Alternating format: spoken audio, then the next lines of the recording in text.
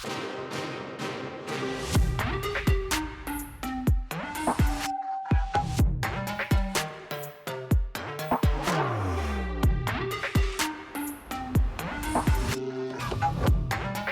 friends, surprise, it's bonus episode time. This is a short and sweet check-in where we're talking about everything we've been watching, listening to, randomly consuming, or just wanting to analyze more of this week.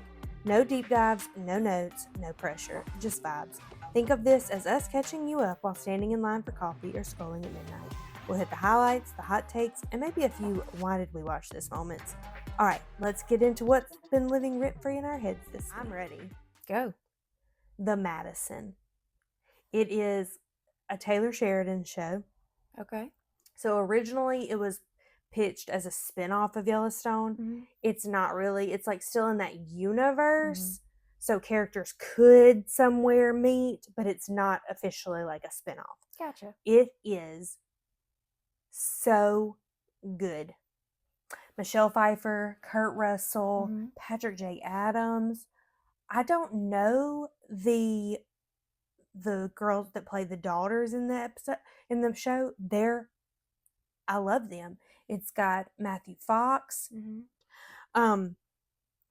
It is so good, and it's like it's got the same language that I don't care to listen to. But same. Okay, so it's got that. It does not have the dark aspects that, like, sometimes Yellowstone had the dark and just fighting and just gory at each other all the time. This doesn't. But there is like some going at each other, but it's hilarious. Like, it's comical because it's one family. It's like one family that's dealing with this. It is so good though. Like, there's some comical aspects to it. Oh, sure. There's some love. There's fighting because it's family drama. But it's like it's to me, it's like relatable family drama fighting. It's not fighting over the family land that you're trying to say, like, my gosh, I don't relate to you. But and I love Yellowstone, but it is so good. The last 3 episodes just were released today, Saturday. And so I haven't watched those obviously yet, but the first 3, it's like a slow show, but not slow in a negative way. It's like slow, but keeps you drawn in, but it's just like, you don't feel tense after watching it. It's just, and at the end you go, I love that. Well, I don't have a Paramount Plus subscription, but you're just going to have to, like, take some PTO, and I will too, and we'll just sit and watch everything that you can't watch. We need to do that. But then I'd probably be out of work for the next 2 to 3 months if we really took the time. I have no PTO for that. I've already put it all in for the year. But that is like the major thing. I've watched lots of things this week, but The Madison was my favorite thing I've watched this week. It was, let me double check my list, but it was definitely my favorite. What else did I watch though? I don't know that this is my favorite thing that I watched, but I sent you snaps and I have been asking you about it, and I'm waiting on the last one to drop this coming up week. Yes. The Age of Attraction. Oh my gosh. Oh my word. Between some of the train wrecks that are going on, and I don't normally get into too many reality shows, okay? I love them. I like some, but I don't like all. But for whatever reason, this one was intriguing enough that I watched it, and I was like, okay. And I'm not going to say too much because I know you haven't seen it. And if you do watch it, I don't want to spoil anything. But some of it is like, oh, no. These people should not be together. And they know it, but they are not willing to admit it. And it's one of those where, like, you're watching the ship going down and you're waiting on it. But it's like, until it happens. You know what I'm saying? Yeah. And there's been a couple of, like, just, I mean, I don't have words. I mean, they will make a show about anything. Oh, they will. It's insane. I mean, I kind of can't believe how much they actually, I'll give it this. So they do the first episode, they pair off, and I'm pretty sure that there's a stipulation in it that you have to be at least 10 years age difference in order to continue on the show, because they end up showing some of the people that they don't include in the show that met and were interested in someone. Because do you know anything about it? Sort of. Okay. Basically, they drop all these people in to a space and allow this speed dating situation to take or to commence. And then whoever you're interested in, nobody knows your age.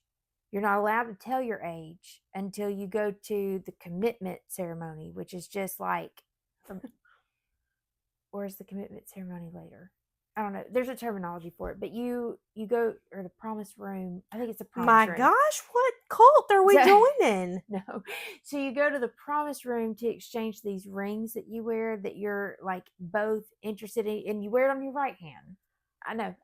Who came up with this concept? I don't know. But the point is that you can't necessarily leave this relationship for somebody else later. Like other shows, different variation of some of that, where now you're like, okay, how much of a connection can you really have with somebody if you don't know how old they are, and you're not allowed to have all these preconceived judgments, or build a thought off of that. So then they go to this promise room where they basically have to decide, like one person asks the other, and then you both meet, because some of them turn them down. Yeah, like nope, not for me. So some people had to leave, and like some of them do, some of them don't. If you said no, you had the opportunity to go back, and if you had a connection with somebody else, you could go ask them to go to the promise room.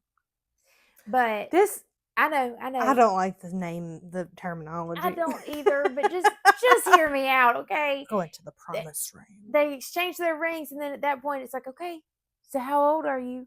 And some of the reactions were like, I was not expecting two of them to say how old they were.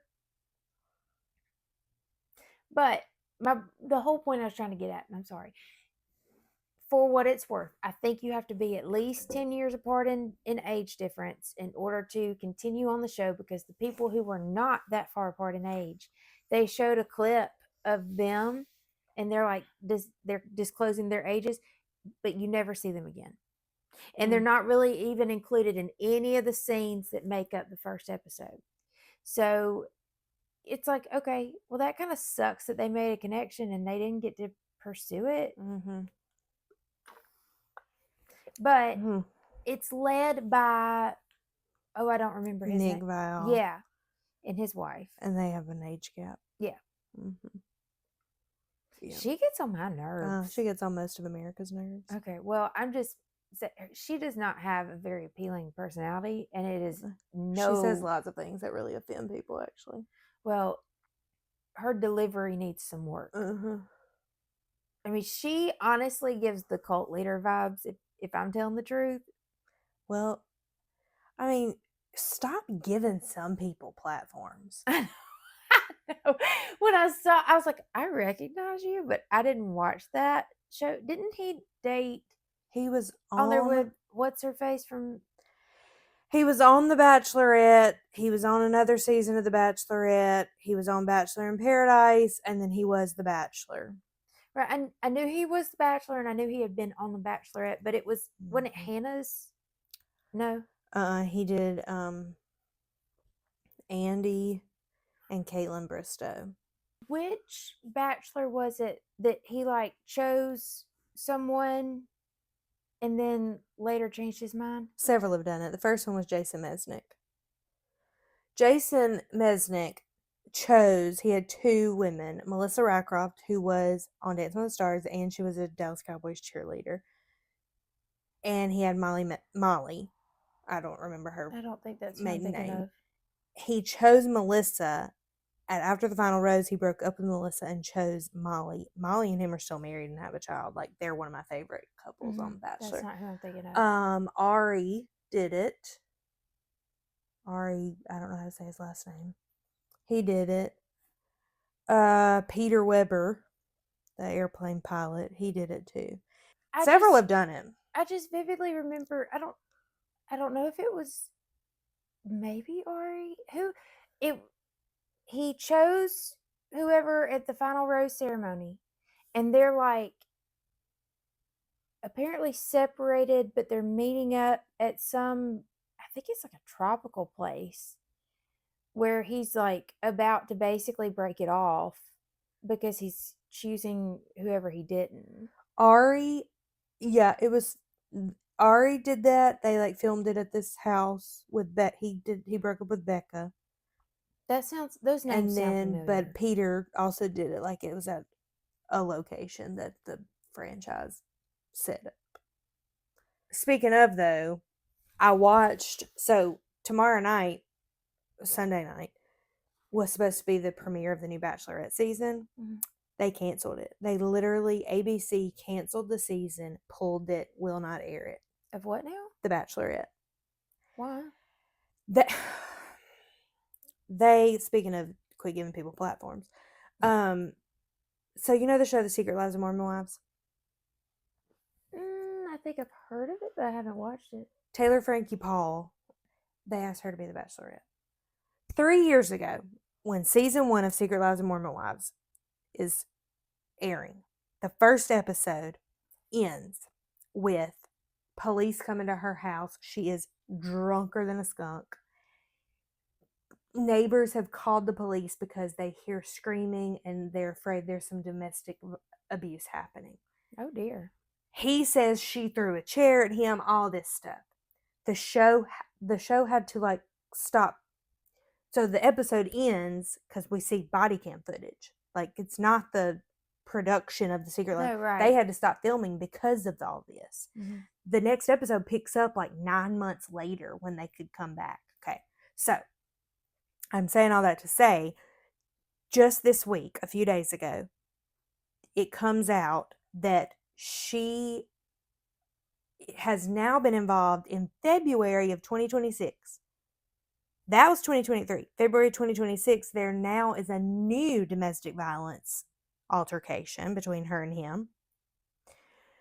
And this week, he released video footage from that night in 2023, and the chair that was thrown hit her daughter. Oh, no. It was a metal stool, like a bar stool. Yeah. So then ABC says, we're not doing it. It's throwing the internet up into arms because half of the world is like on her side. Bachelor Nation is pretty divided, like the people who have been on the show, because they're like, we're trying to support her, but then some are like, what did you expect? Like it's pretty crazy. Mm-hmm. But I brought that up because last week I did watch, there was an episode before it was going to start airing. It was called Before the First Rose, and it was like most of the former bachelorettes all came together just to like give her advice and talk to her. And I watched it because I just love some of those women. Mm-hmm. Trista, the first one, love her. Mm-hmm. Anyways, I watched that. It was a waste of my time now because it's okay. I'm not watching the season. But anyways, that was well, other than that, I've watched a bunch of different stuff. I'm not thinking of anything that has been like. Well, the Madison is that for me. That's like, oh, everybody go watch it. Because Michelle Pfeiffer is excellent in it. I'm trying to stay away from the word phenomenal. She's excellent. She's so good. I did find Netflix they've just released a few documentaries. One was it's not the same stop. There's one on the Red Hot Chili Peppers. That was pretty cool.